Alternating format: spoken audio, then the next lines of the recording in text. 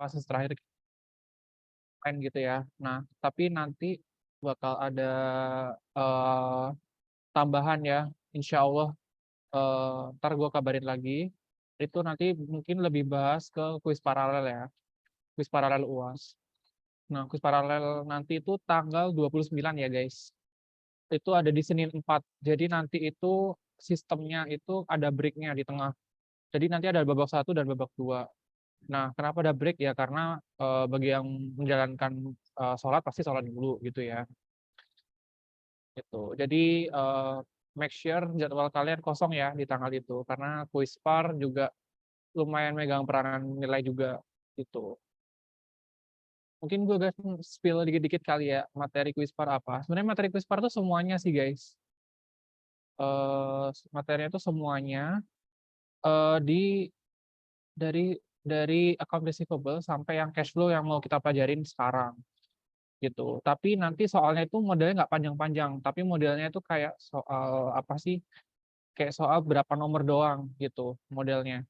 Emang secara jumlah ada 10 atau 9 nomor gitu, tapi dia nggak soal yang beranak atau dia itu nggak soal yang, complicated lah, gitu.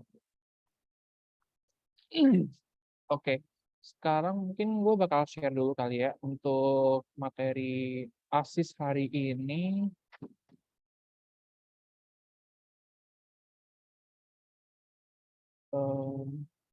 Ini.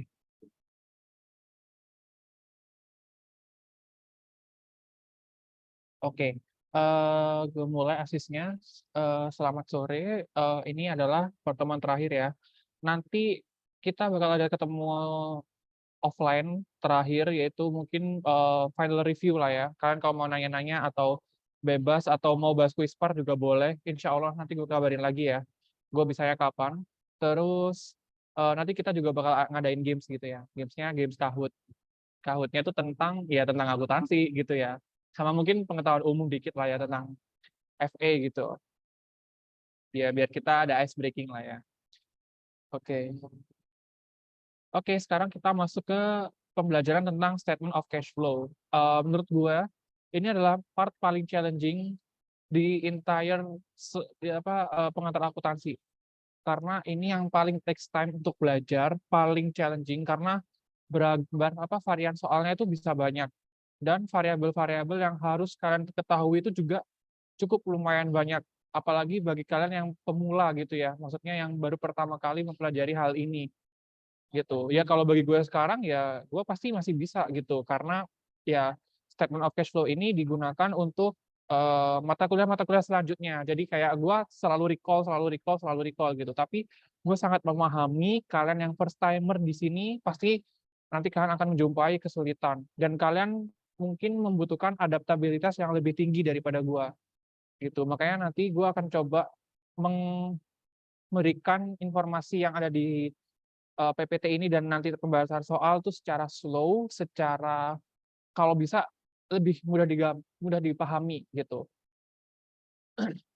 Nah, oke. Jadi, ini adalah laporan arus kas ya. Jadi laporan arus kas, namanya juga laporan arus kas ya atau cash flow, itu dia cuma ngitung kas yang masuk sama yang keluar, udah. Itu aja sebenarnya inti dari, laporan arus kas.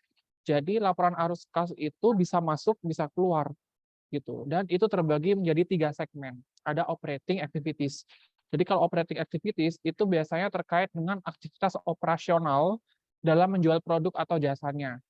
Nah, gue kasih tahu aja, biasanya yang masuk ke dalam operating activities itu current asset sama current liability. Jadi akun-akun itu tuh nanti akan masuk ke dalam operating activities.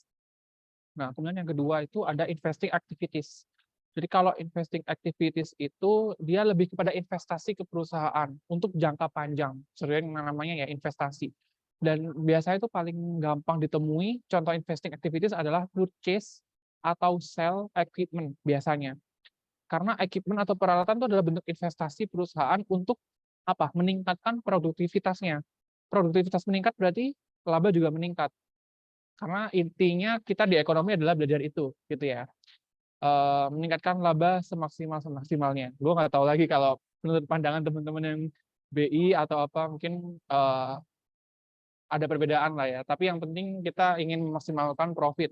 Makanya investing ini juga dibutuhkan untuk dalam laporan arus kas. Terus ada financing activities. Kalau financing itu pendanaan.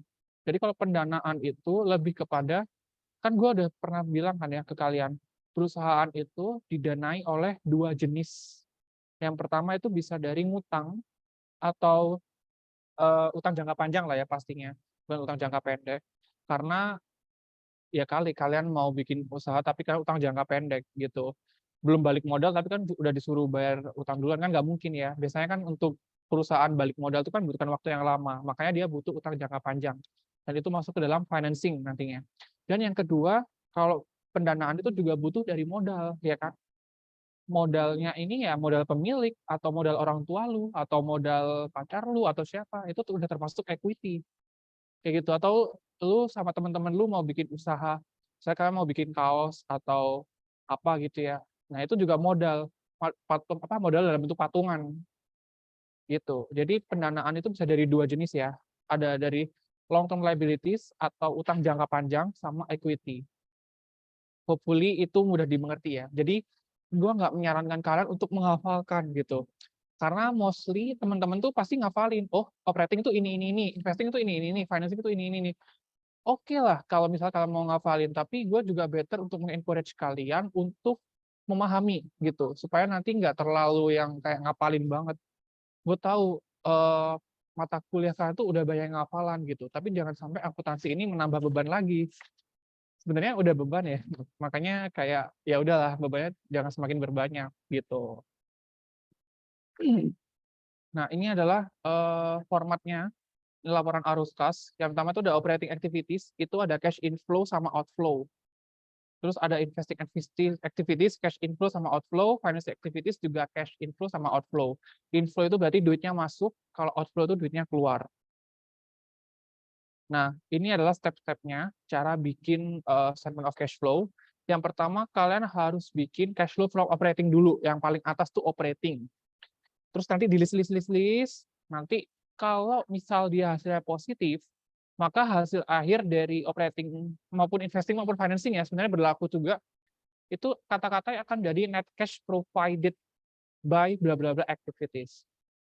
Tapi kalau misalnya dia negatif, sorry, pencet. Jadi kalau dia negatif, itu dia akan memakai kata used. Cuma perbedaan term aja sih. Jadi kalau hasil akhirnya positif berarti provided, kalau hasil akhirnya negatif used gitu. Terus investing habis operating investing dulu terus financing yang terakhir, OIF ya, operating, investing, financing. Terus nanti hasil akhirnya itu kalian lihat apakah duitnya itu increase atau decrease. It's okay kalau misal duitnya decrease gitu ya. For some company duit decrease itu bisa bermakna positif loh. Misalnya dia emang beneran mau ekspansi bisnis kan dia juga harus butuh biaya yang banyak kan. Dia butuh tenaga kerja juga yang banyak untuk ya nanti bantu-bantulah untuk jadi manajer regional dan sebagainya gitu. Jadi kan jangan memandang cash flow ini kalau yang bagus itu ya yang meningkat gitu. Belum tentu, kan juga harus tahu nature bisnisnya itu lagi ngapain atau duitnya tuh mostly dikemanain gitu. Nah, terus net increase sama decrease itu nanti akan ditambahkan dengan cash at beginning dan itu hasil akhirnya jadi cash at end of period. Nah, kalau yang paling bawah ini kayaknya perlu di-skip aja ya karena ini belum waktunya sih kan untuk belajar sampai sini gitu. Ini kayaknya anak akuntansi aja sih kalau yang sampai bawah ini. Jadi kalian cukup sampai cash at the end of period gitu. Oke, so far ada yang mau ditanyain nggak atau gimana? Karena setelah ini adalah materi intinya. Karena tadi kan masih pengantar-pengantar ya. Oke, kalau nggak ada yang mau ditanyain, gue akan lanjut ke sini. Please, gue tahu ini emang udah di-record, tapi please kan juga pay attention ya, karena ini akan memudahkan kalian untuk memahami nantinya. Nah, ini yang paling penting. Operating activities, jadi kita itu harus, apa ya, pola mindset, pola pikirnya itu, kita tuh sekarang udah jadi cash basis, bukan accrual basis. Jadi kayak, duit sebenarnya perusahaan itu udah berapa sih? gitu, yang sebenar-benarnya gitu. Nah, kalau misalkan udah berhasil menanamkan mindset itu, otomatis kan pasti bakal gampang memahami hal-hal yang ada di bawah ini. Yang pertama ini ada, jadi operating activities itu, yang pertama kan harus, kalau misalnya nih ada non-cash expense seperti depreciation dan amortization, kalian tuh harus add back, kalian tuh harus menambahkan ke dalam operating. Kenapa? Ini udah gue tulis sesingkat-singkatnya, karena sebenarnya penyusutan itu nggak ada cash yang keluar, gitu kan. Mungkin kalian ada ya orang tuanya yang pengusaha atau apa. Pernah nggak kalian nanya ke bokap nyokap kalian gitu? Pak, misalnya apa, depresiasi mobil tahun ini kan 5 juta. Kok papa nggak bayar sih? Emang depresiasi mau bayar kemana? Gitu. Depresiasi itu dia accrual basis. Gitu. Jadi ya sebenarnya gini guys, depresiasi ini sebenarnya sedang diperdebatkan gitu ya antara ya para akuntan lah. Sebenarnya perlu nggak sih ada depreciation expense ini? Karena kan dia sebenarnya beban imajiner gitu, hanya bisa ada di bayangan. Dia tidak benar-benar terjadi. Mana ada perusahaan yang tiap tahun bayar depresiasi, nggak ada kan? Dia cuma perhitungan biasa. Nah, tapi kalau misal ada depresiasi, intinya kan harus tambahkan ke dalam operating activities gitu. Semoga kalian paham ya, karena sebenarnya depresiasi itu tidak benar-benar terjadi, nggak depresiasi aja, deflasi juga, amortisasi juga, gitu.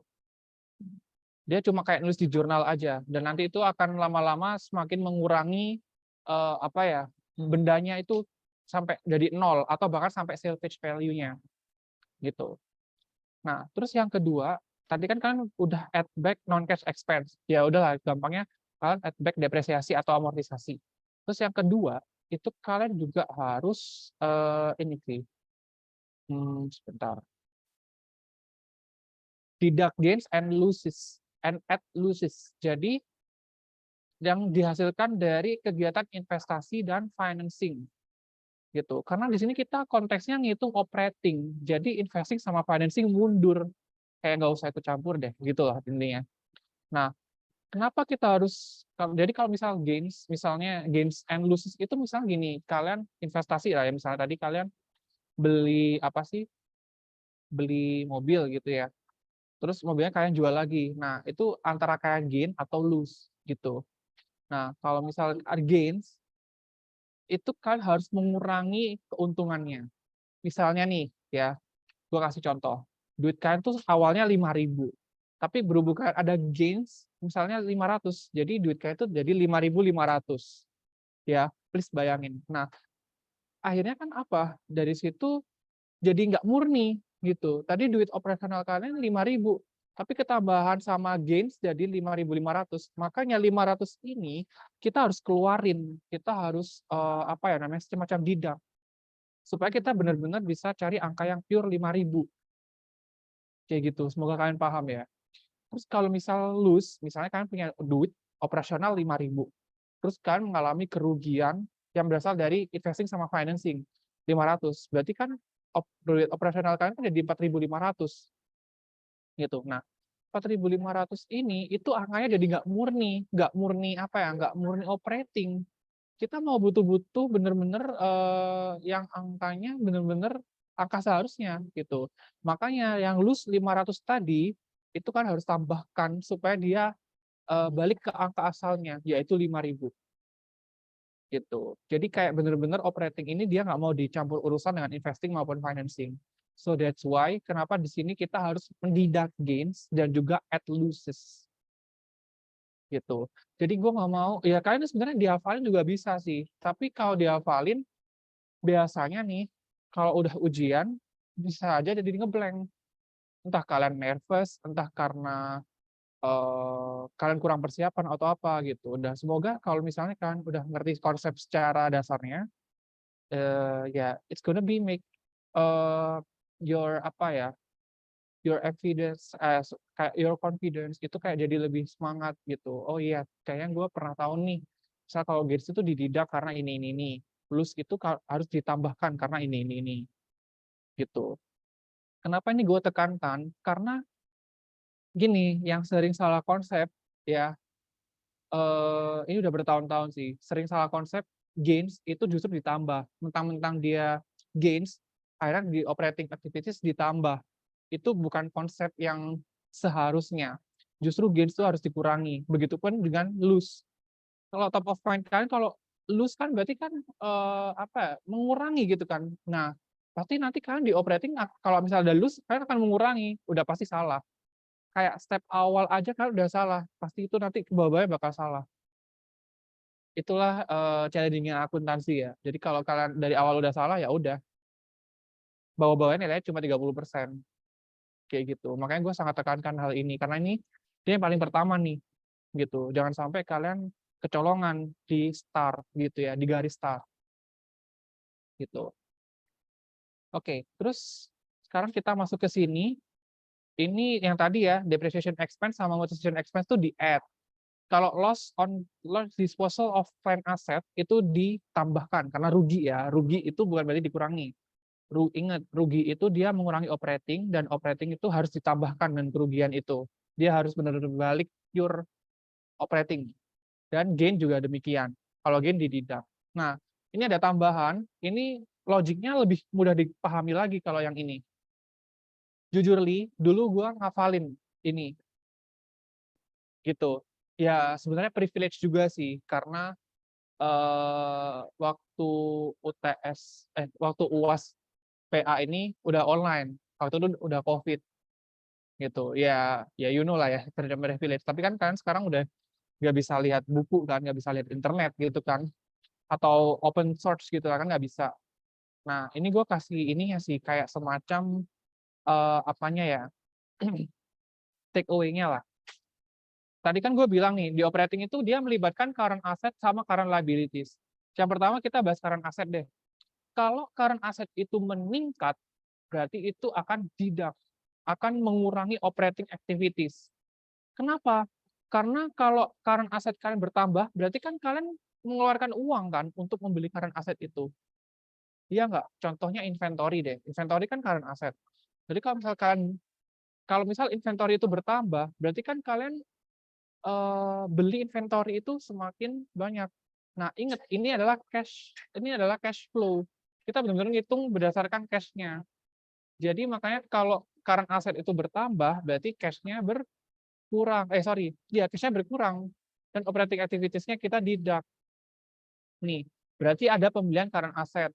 Kalau ada beli current asset berarti cash-nya outflow. Jadi kalau cash ada outflow, dia akan mengurangi operating activities. Berbeda dengan decrease in current asset liabilities. Kalau current asset liabilities-nya decrease, misalnya inventory ya, misalnya inventory awalnya 2.000, terus jadi 1.000. Nah, berarti dari 2.000 ke 1.000 itu ada penjualan gitu. Dan penjualan itu nanti akan mendapatkan cash. Gitu. Berarti ini ya contohnya.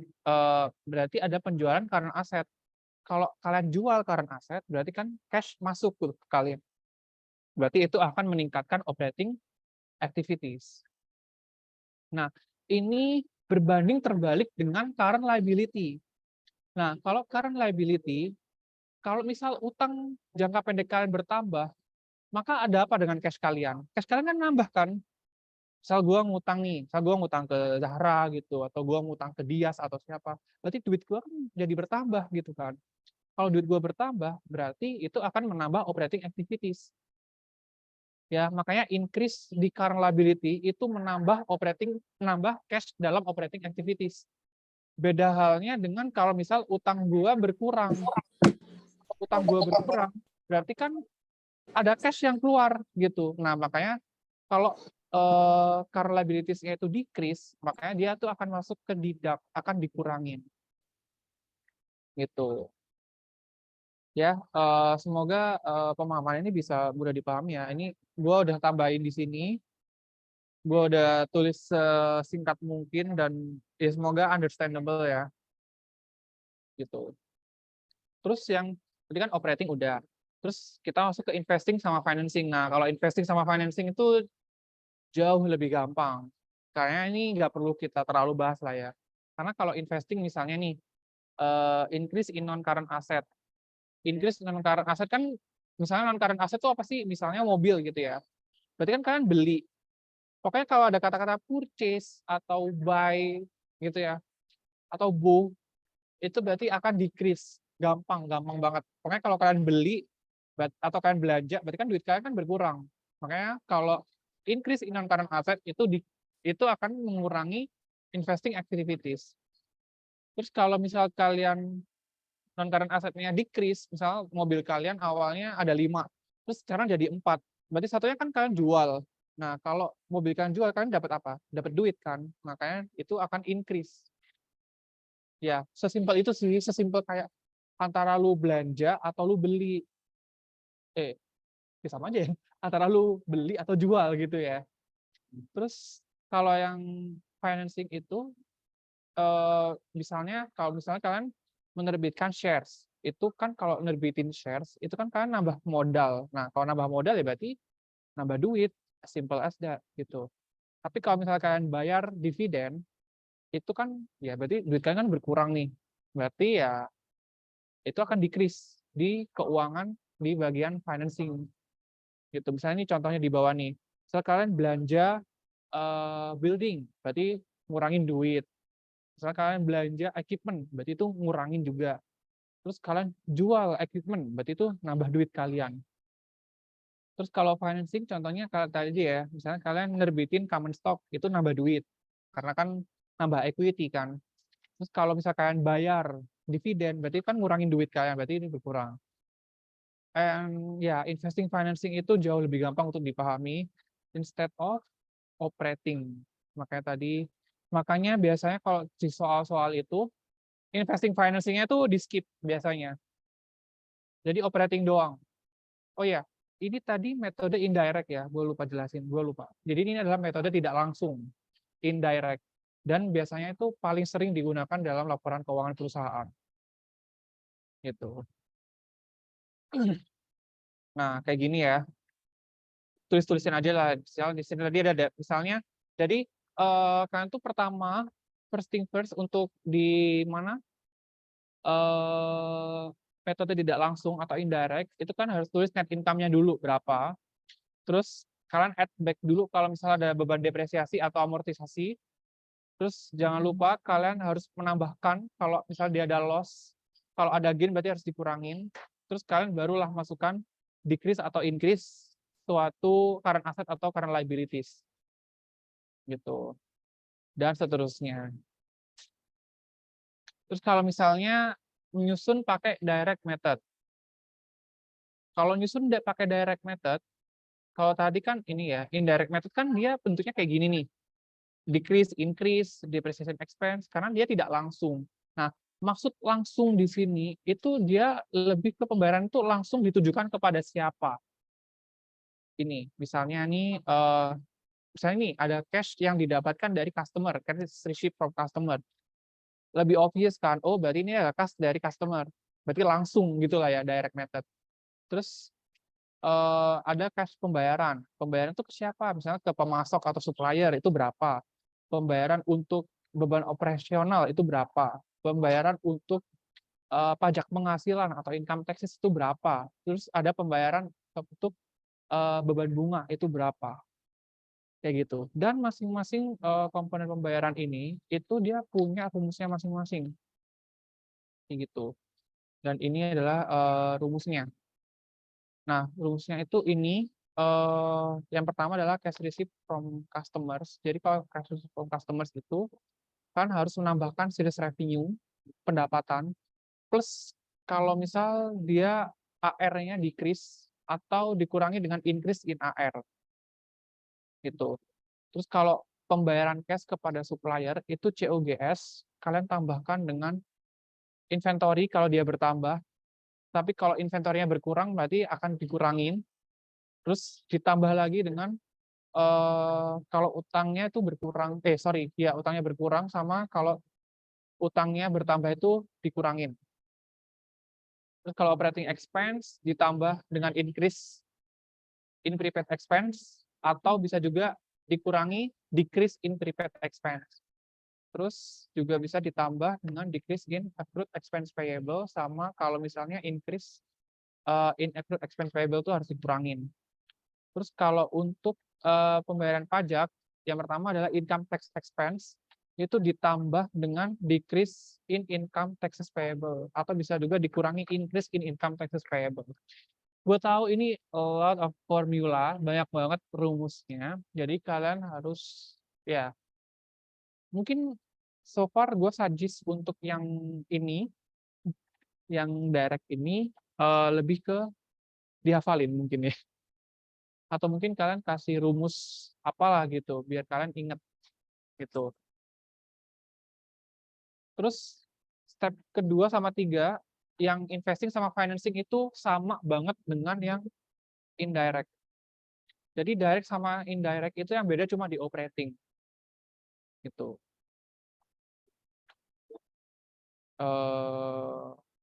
Ini skip. Ini ya, ini ada meme-nya. Awalnya kalian belajar ledger balance, buku besar, terus kalian belajar balance sheet, neraca, terus kalian belajar cash flow statement. Ini gue ngambil dari meme-nya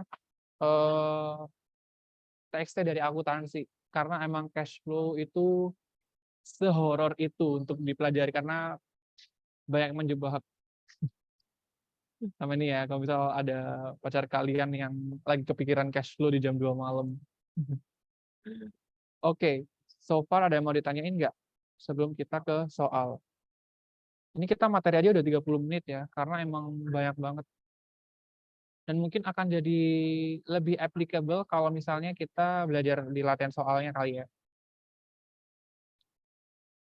Oh ya, besok kan ikut kelasnya Bu Selvi ya. Ntar gue bakal ngabsenin. Ntar sistem absennya gini buat besok. Gue pantau kalian, terus kalian juga harus kirimin screenshotan kelas. Jadi kirimin waktu kalian on cam, terus ya taruhlah frame itu sebelahan lah sama Bu Selvi misalnya. Pokoknya dalam satu frame itu kelihatan Bu Selvi-nya on cam, kalian juga on cam. Gitu. Gue nggak tahu sih besok tuh disuruh on cam atau enggak. Atau kalau misalnya disuruh off cam berarti ya sebisa mungkin kalian on cam dulu bentar buat absen gitu aja. Ya. Nanti absennya itu kirim ke grup WA aja biar Bu Dini tahu. Oke, gue share screen.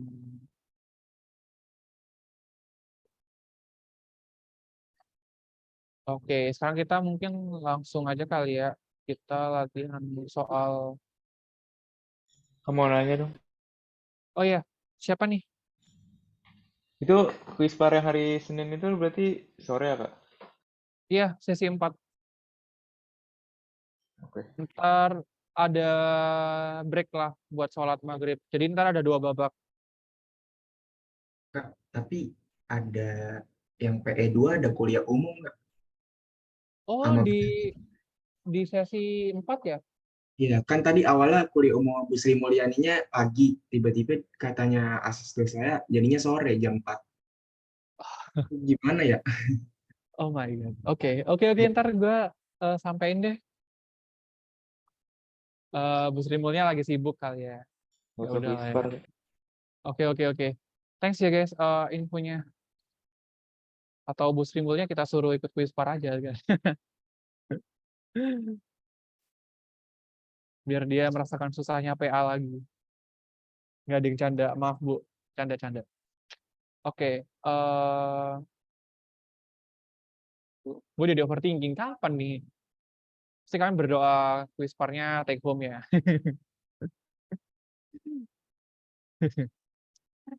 Bentar deh, gue ntar aja deh gue kasih tahu. Tanggung nggak sih Kak Tekom aja? eh Gimana ya kalau take home ya? Gue juga nggak ngerti sih guys. Ya kalian tahu lah ya itu dorongan dari dosen koor sih. Sebisa mungkin jangan take home. Tapi ya lihat nanti lah situasi sama kondisinya. Terus kan ada quiz par lagi? Mata kuliah apa? Ada lagi nggak? Nggak ada, Kak. Oh, nggak ada ya. Ya udah guys, ntar ya. Tunggu tanggal mainnya aja ya. Tadi gue kabarin lagi ya. Rabu 3. Kenapa? Rabu 3 kosong. Nah, mungkin ini yang kurang digalakan lagi ya. Rabu 3 itu sebenarnya nggak boleh ada kelas, guys. Nggak boleh ada kelas, nggak boleh ada asistensi. Nggak tahu lagi ya kalau misalkan pernah ada yang kelas di Rabu 3. Karena Rabu 3 itu biasanya digunakan buat kayak seminar-seminar gitu. Itu sih biasanya. Nggak tahu ya kalau sekarang, dulu tuh kayak gitu, kayak bener-bener Rabu 3 itu kayak kita apa ya, TGIF-nya anak FE lah ya sebenarnya. Bahkan kalau Jumat 4 kadang masih ada kelas gitu. Tapi justru Rabu 3 tuh bener-bener harus kosong, nggak boleh ada apapun. Even kelas pengganti pun nggak boleh dulu. Kalau sekarang gue juga nggak ngerti sih. Oke, sekarang kita belajar, kita latihan soal ya. Ini sekarang kita masuk ke ini ya. Wilson Company adalah sebuah perusahaan yang produksi barang konsumen yang bergerak cepat, FMCG. Kalian tahu nggak contohnya FMCG apa? Kalian tahu? Ya, FMCG itu ya kayak Unilever gitu-gitu guys. Unilever, Danone, P&G, Nestle, ya gitu-gitulah. Nah, berikut adalah laporan laba rugi Wilson Company untuk periode yang berakhir pada 31 Desember 2022. Nah, ini ya, pasti dikasih tahu income statement-nya. Nah, ini adalah informasi tambahan yang tersedia pada kondisi keuangan Wilson Company. Kita baca dulu kali ya instruksinya. Instruksinya itu kita disuruh bikin laporan arus kas, tapi dengan menggunakan metode tidak langsung atau indirect. Gue demen banget nih kalau misalnya indirect daripada direct. Karena kalau direct itu bener-bener kayak eh, menurut gue sehatam-hatamnya lu tuh kayak lu harus ngapalin dulu gitu loh. Paham gak sih? Gitu. Tapi ya nothing is impossible ya. Ntar kalian pakai metode apalah buat ngapalin komponen-komponennya yang direct gitu. Tapi jangan sampai kecolongan yang indirect juga gitu. Oke, ini informasi tambahannya yang tersedia pada kondisi keuangan Wilson Company. Dia menerima pembayaran piutang sebesar 154.000. Nah, menerima pembayaran piutang, menerima pembayaran sebentar, menerima pembayaran piutang. Piutang itu kan account receivable ya. Gue lupa lagi bahasa Inggrisnya. Ya, account receivable. Nah, kalau menerima pembayaran piutang berarti AR-nya menurun kan? Piutangnya menurun gitu. Karena dia udah nerima piutangnya. Makanya kita di sini tulis dulu aja account receivable decrease sebesar 154.000. Dan ingat kalau ini kan ya gampang lah ya, kita dari kata-katanya aja. Dia udah menerima pembayaran piutang. Berarti kan ini nambah kas kita. Gitu ya, nambah duit. Nah, kita tulis aja lah di sini AR decrease. Itu positif 154.000. Terus kita di sini membeli persediaan sebanyak 2.650.000. Nah, kita beli persediaan. Emang di sini inventorinya meningkat karena kita beli ya. Tapi inventory meningkat juga ngurangi duit kita. Makanya di sini angkanya itu negatif.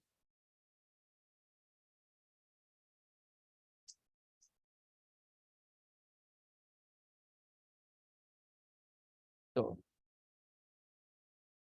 Kok nggak langsung negatif ya di sininya ya? Mungkin di bawahnya kali ya. Gue nggak suka nih kalau yang bertele-tele kayak gini. Mending kayak langsung tulis aja gitu. Dia nambah atau enggak gitu. Jadi mungkin sebagai awalan aja kali ya. Terus yang ketiga, mengalami peningkatan beban dibayar di muka sebesar 2.445.500. Nah, berarti di sini prepaid expense atau ya prepaid expense-nya itu meningkat. Jadi kalau bebannya meningkat berarti pembayarannya jadi meningkat kan. Berarti itu nanti akan mengurangi cash gitu ya. Dipakai logika aja, jangan kayak dihafalin kayak prepaid expense kan current asset. Berarti ini increase. Berarti kalau current asset increase, dia akan mengurangi cash ya, bisa sih kayak gitu.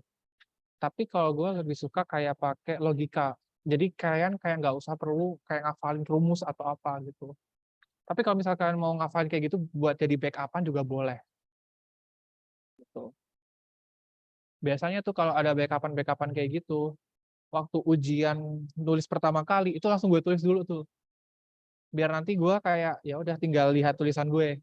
Paham nggak sih? Jadi kayak kalian tulis dulu apa yang kalian inget. Kalau soalnya boleh dicoret-coret, tulis aja di soalnya gitu. Atau misalnya kalau di lembar jawaban boleh kayak di bagian akhir, ntar kalian tinggal cocok-cocokin aja gitu. Gitu sih. Itu kalau biasanya gue sih. Terus kalau nomor 4 ini bayar utang kepada pemasok. Nah, di sini bayar utang berarti kan utangnya menurun ya. Accounts payable decrease sebesar 168.700.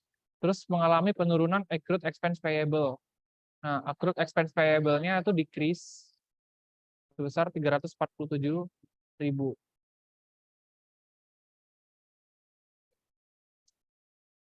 Nah, terus yang terakhir, beban depresiasi yang termasuk dalam beban operasi senilai 1.325.000. Nah, ini ada depresiasi. Ingat kalau depresiasi kan harus add back, kalian harus tambahin ke duit operasional perusahaan kalian gitu.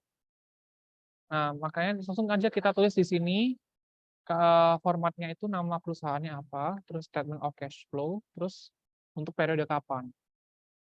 Ini kita cuma disuruh, ya emang ini komponennya cuma operating sih, investing finance-nya nggak ada. Tapi ya tulis aja di sini, awalnya cash flow from operating activities. Ingat, pertama kali yang harus kalian tulis, selain ini ya, komponen yang pertama kali yang harus tulis adalah net income-nya berapa. Nah, kita lihat tadi di sini soal, oh ini kelihatan, net income-nya adalah 8.404.000. Atau bahkan misalnya ini dikasih tanda tanya, berarti nanti kalian hitung sendiri aja, gitu. Tapi biasanya nggak pernah dikasih tanda tanya sih. Nah, habis net income, tadi kita juga harus, kedua adalah kita harus melihat depresiasi ya. Ini ada beban depresiasi, ini kita harus add back, kita harus tambahkan. Berarti di sini depreciation expense sebesar 1.325.000. Nah, setelah depreciation expense itu yang ini tadi ya, piutangnya menurun, decrease in account receivable.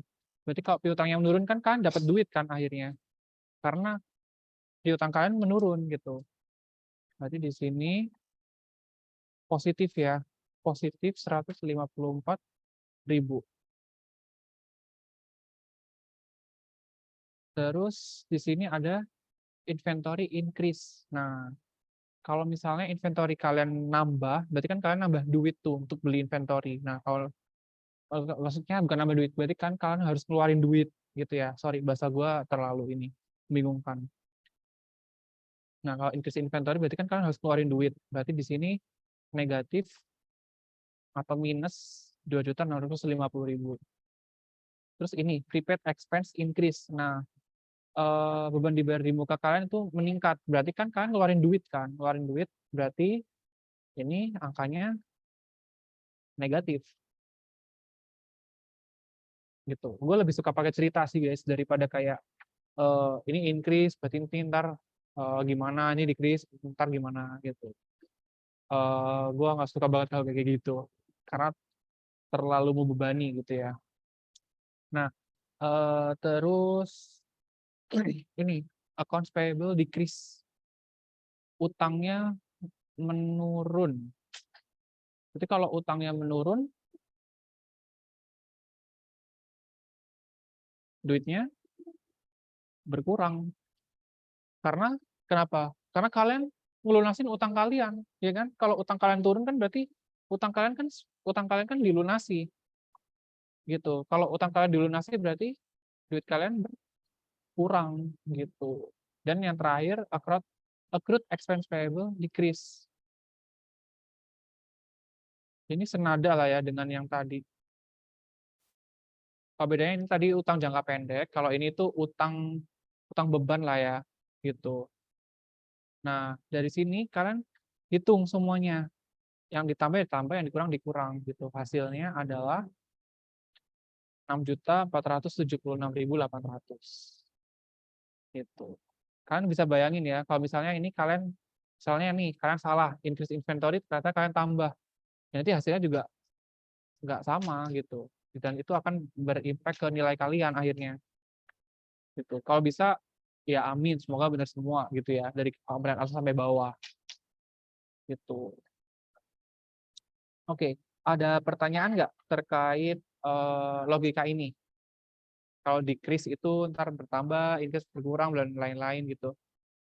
Mau nanya Kak, kenapa depreciation expense itu bertambah? Bukannya kalau misalkan beban itu harusnya dikurang ya Kak? Nah, oke. Tadi gue udah, thank you Shift. Tadi kan gini, gue udah jelasin ya, depreciation expense itu sebenarnya adalah beban imajiner. Beban yang sebenarnya nggak pernah terjadi kalau di dalam pengeluaran cash.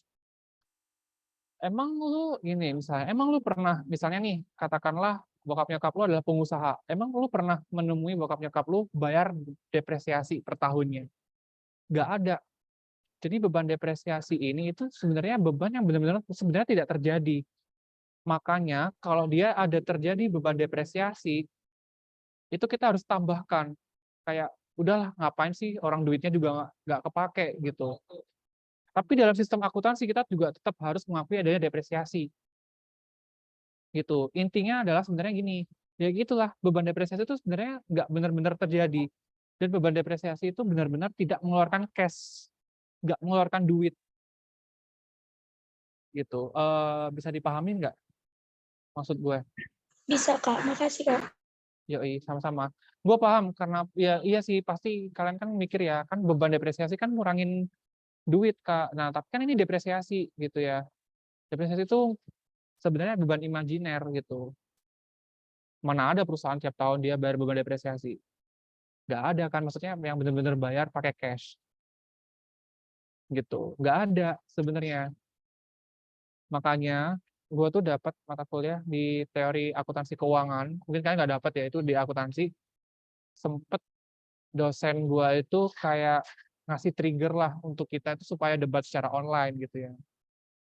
Nah, ternyata hal ini tuh juga sama diperlihatkan oleh para akuntan yang ada di dunia. Kayak sebenarnya depresiasi ini perlu nggak sih dalam perhitungan, atau dia itu kayak cuma ngitung kayak pengurangannya per tahun tuh berapa gitu. Karena kan dia sebenarnya nggak benar-benar terjadi.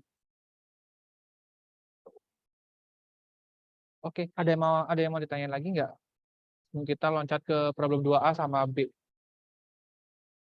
Kalau ini kan udah lumayan ngerti, harusnya 2A jadi jauh lebih mengerti sih, karena 2A sama. Gue nanya Kak, Oke, kenapa tuh? ya kan tadi emang ya kalau misalnya dikurangin karena nggak bisa kan ya, tadi udah dijelasin. Nah justru saya pengen nanya lagi, bukannya kalau ditambahin lebih aneh lagi, kayak oke kita nambah, berarti cash kita nambah. Terus kita kayak mikir dong, berarti itu depreciation expense cash-nya dari mana gitu? Kok bisa ada Hmm, angka 1,325 itu, terus itu kan nggak ada wujud uangnya gitu. Itu gimana ya? oke. Bentar, gue kurang paham sebenarnya. Dan maksudnya sebenarnya angka ini tuh apa gitu, gitu? Apa gimana sih? Iya, kan emang tadi nggak dikurangin kan, kita emang nyatetnya itu jadi nambah kan di cash flow-nya. Ya, harus di add back, bener. Nah, karena kita udah mengakui, tapi bukan nanti di realnya gitu, itu nggak ada wujud uangnya. Iya, di realnya emang nggak ada wujudnya. Nggak ada perusahaan yang dia setiap tahunnya membayar beban depresiasi. Justru beban depresiasi ini dihitung karena gini, misalnya nih, gue gue ada ide tapi misalnya nih, gue jual, misalnya gue punya mesin, misalnya gue punya mobil, kayak, nah, misalnya gue punya mobil tuh di tahun 2012. Nah, terus misalnya gue jual sekarang di tahun 2023, apakah nilainya akan sama? Enggak kan? Nilainya pasti akan berubah karena dia juga akan ngikutin dengan akumulasi depresiasi kalau lu masih ingat. Jadi depresiasi ini ibaratnya pengurang per tahunnya. Gitu. Jadi sebenarnya kalau beneran terjadi karena mobil itu harganya nggak akan jadi sama, pasti akan jadi jatuh berkurang. Tapi di sini kita nggak ngomong tentang barang antik ya. Kalau barang antik beda lagi, pasti jadi lebih mahal lah. Dia nggak ada beban depresiasi dan sebagainya. Jadi di sini tuh konteksnya lebih kepada segi fungsionalnya. Misalnya mobil ya. Misalnya mobil di tahun 2012 itu gue beli 300 juta. Nah, apakah di tahun 2023 itu harganya akan sama 300? Jawabannya enggak. Dia pasti akan berkurang jauh.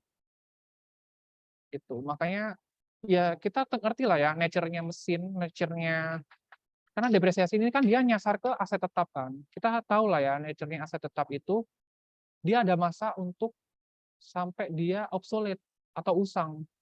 Makanya depresiasi ini hadir di situ. Tapi apakah depresiasi ini benar-benar ngeluarin duit per tahunnya? Enggak jawabannya. Gitu sih.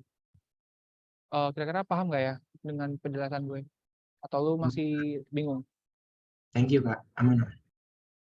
Ya, pokoknya itulah ya. Pokoknya kalau cash flow itu tuh kayak cuma ngitung cash-nya itu berapa gitu.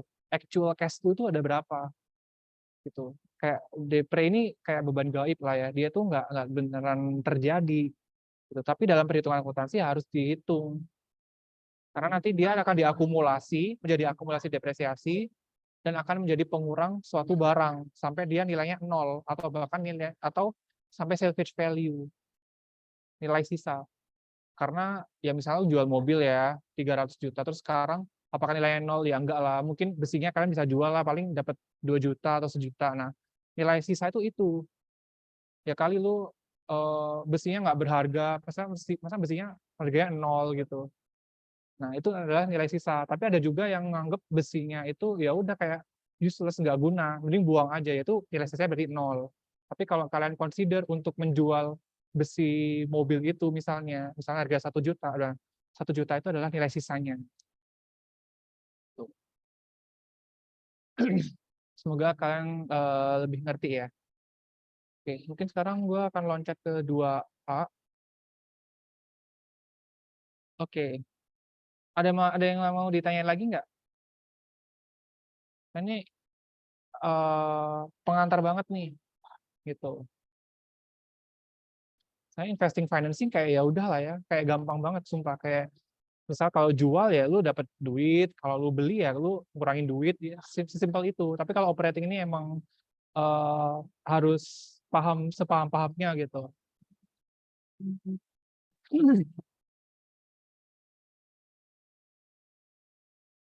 Oke, kalau nggak ada, sekarang gue lanjut ke problem 2.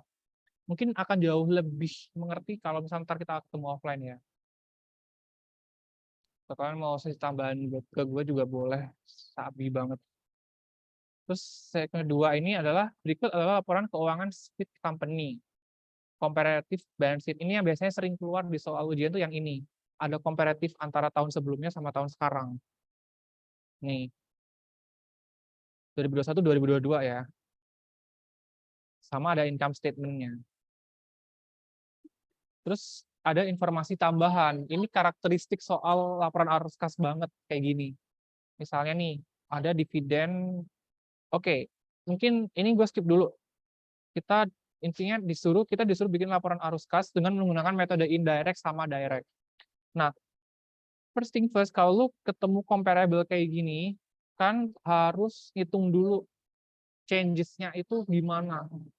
Misalnya nih cash, 2021, 500, 2022, 33.000. Kan lihat, dari 2021 ke 2022 itu meningkat atau menurun.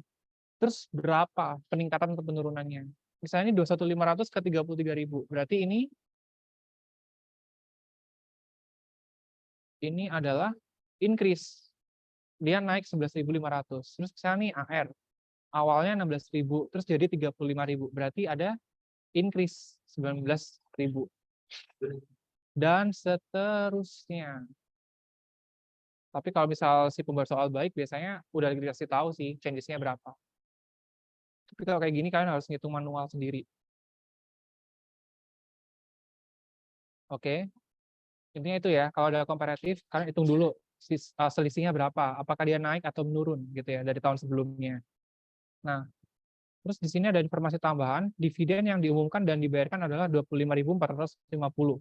Nah, informasi ini itu biasanya kalau buat soal olimpiade ya, gue kasih tahu aja sih, mungkin barangkali ntar keluar di ujian, biasanya nggak disebutin. Kenapa? Karena dividen itu kan bisa cari sendiri. Rumusnya kayak gini.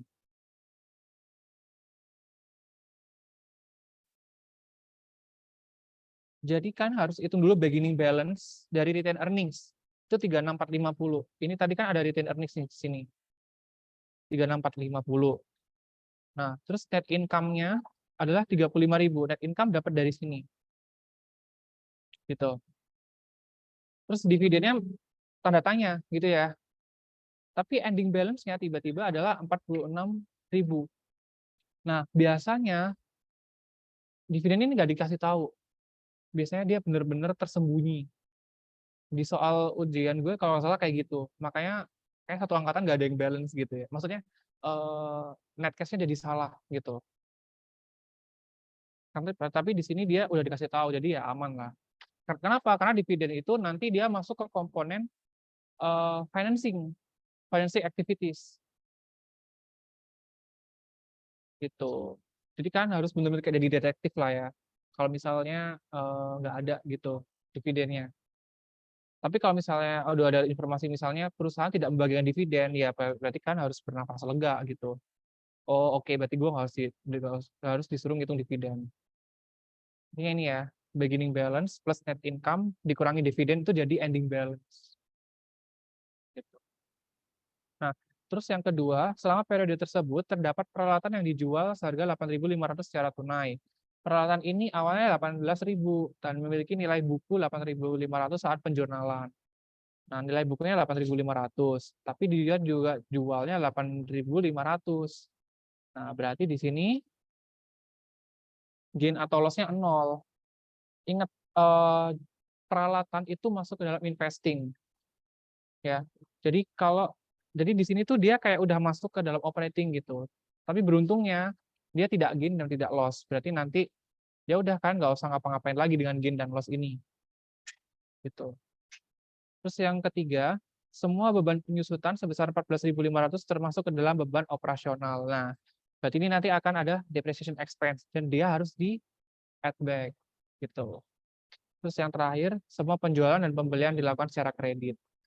Oke, sekarang kita mulai bikin laporan arus kasnya aja. Cash flow from operating activities. Ayo, hal pertama yang harus ditulis apa? Net income ya. Net income-nya dulu. Jangan sampai ke skip. Net income-nya berapa? Net income-nya. Kalau di indirect method ya. Kalau di direct method nggak perlu. Net income-nya tadi ada 35.000. Ini ya. Terus setelah itu, ya ini tulisan biasa sih. Nggak perlu kalian tulis kayak gini sih sebenarnya. Adjustment to reconcile net income to net cash provided by operating expense. Pertama kita harus add back dulu depreciation-nya. Ayo, depresiasinya tadi ada 14.500. Kita tambahkan dulu di sini. Terus setelah itu, tadi kan ada changes ini kan, kita juga harus masukin. Increase in accounts payable. Utang kalau bertambah. Berarti kalau utang bertambah, duitnya nambah gitu. Berarti kalau duitnya nambah, berarti ya udah 10.500. Gitu. Ini ya. Soalnya ini kalian tanda-tandain aja lah, cari-cari sendiri gitu, supaya nggak ada yang double input. 13.500 itu, 10.500 itu dapat dari sini ya tadi. Ini. Terus kita apalagi nih yang masuk ke operating? Saya di sini, apakah harus urut Kak? Enggak ya. Yang penting masukin semua aja gitu. Nggak harus urut. Tapi biasanya yang paling penting net income dulu, terus depreciation expense kalau ada, sama gain atau loss kalau ada. Nah, terus ini decrease in tax payable. Nah, utang pajaknya berkurang. Berarti kalau utangnya berkurang, ya duitnya juga berkurang dong. Karena duitnya digunakan untuk melunasi. Gitu. Gampang kan? Kayak ya udah main logika aja gitu. Instead of kalian harus ngapalin kalau decrease di Current liabilities tuh ntar gimana gitu-gitu. Terus ini peningkatan inventory. Nah, kalau inventory-nya meningkat berarti apa tuh? Berarti kalian kan nambah ngeluarin duit kan untuk nambah inventory. Jadi di sini berkurang sebesar 5.500. Oke, ya angka-angka ini gue dapat dari sini ya, dari changes ini ya. Nah, kalian cek sendiri. Terus yang terakhir, increase in account receivable. Berarti kalau piutangnya dia bertambah, berarti ya ngurangin duit dong, gitu ya. Karena kita semakin banyak ngutangin orang kan, gitu. Nah, dari situ kita tambahkan. Ini semua kita tambahkan. Nah, karena di sini hasilnya ini ya 35 tambah bla bla bla ini, karena di sini hasilnya positif, maka kata-katanya adalah net cash provided. Kalau hasilnya negatif berarti net cash used. Gitu. Terus yang komponen kedua, cash flow from investing activities. Nah, kalau from investing itu berarti berkaitan dengan ini tadi. Berkaitan dengan equipment, penjualan dan pembelian equipment. Ini ya, sale of equipment. Tadi kan kita jual nih. Kita jual 8.500. Berarti di sini tulis 8.500 karena di sini komponennya cuma satu.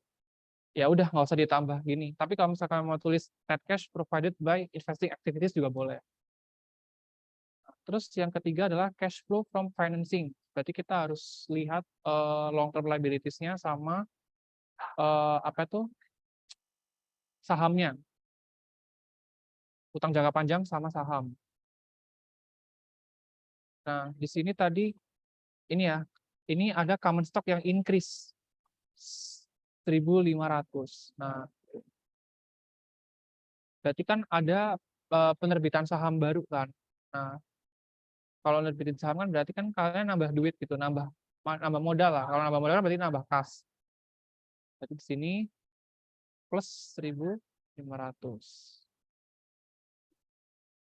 Terus di sini bond payable. Nih, utang jangka panjangnya. Itu decrease dari 33 jadi 26. Berarti kalau utangnya berkurang berarti tadi apa? Berarti ya udah sih ini gampang sih kan ini minus 7.000. Berarti ada pengeluaran sebesar $7.000.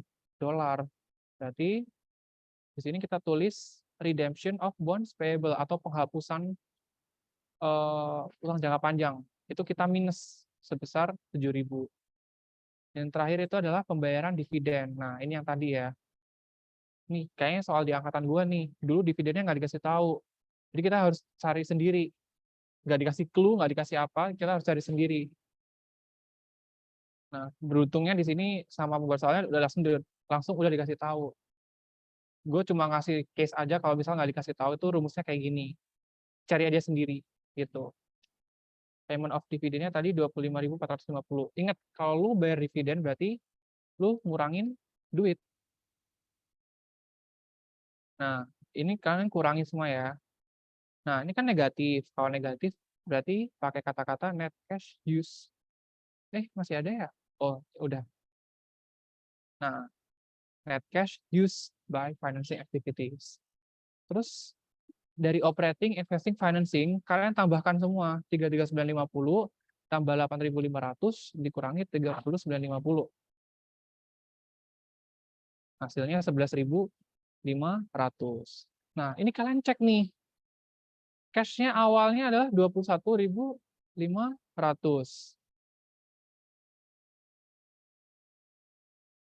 Nah, 21.500 ini kalian tambahkan dengan 11.500. Hasilnya 33.000. Dan itu benar di sini. Sesuai kan? Nah, kalau udah sesuai kayak gini, berarti pasti benar. Gitu. Kecuali kalau kalian angkanya halu ya. Misalnya nih, ya angkanya dinaik-naikin lah biar supaya dia mencapai 33.000 gitu. Itu beda lagi gitu ya. Ini balance-nya golongan cash flow itu ya ini. Gitu. Oke, so far ada yang mau ditanyain nggak sebelum kita nginjek ke direct method? Mungkin 10 menit lagi kita selesai ya. Nanti absennya gue bakal screenshot aja. Kak, aku mau nanya. Ya, kenapa tuh? Itu tuh yang adjustment to reconcile net income to net cash perlu ditulis, Kak. Kalau Ah, misalnya belum, nggak usah, nggak apa-apa, Nggak usah ya? nggak usah ditulis. Ini kayak Oke, cuma ya udahlah ya, tambahan aja gitu. Ini sebenarnya adalah bagian pemisah antara net income dengan ini. Tapi kalau misalkan nggak tulis ini pun nggak masalah, nggak ada pengurangan nilai atau apa gitu, nggak berdampak. Oke, makasih, Kak. Yuk, sama-sama. Ada lagi?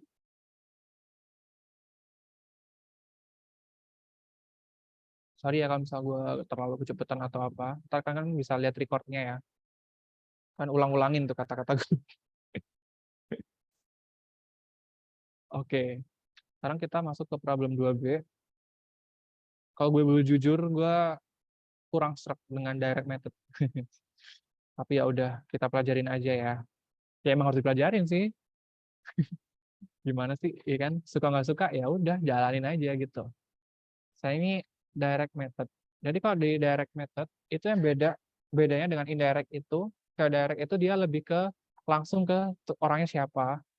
Dan yang beda itu cuma di operating. Investing sama financing sama persis. Makanya kalau misalnya di soal-soal ujian, itu kan cuma disuruh yang operatingnya doang biasanya. Karena investing sama financing biasanya sama antara indirect sama direct. Pertama ini ada cash receipt from customer. Kalau cash receipt from customer itu kita ngambil dari sales. Salesnya, ini kan sambil lihat itu ya, apa sih tadi tuh yang ini, rumusnya ini nih, ngikutin ini. Kita lihat ya, salesnya ya 31.200.000.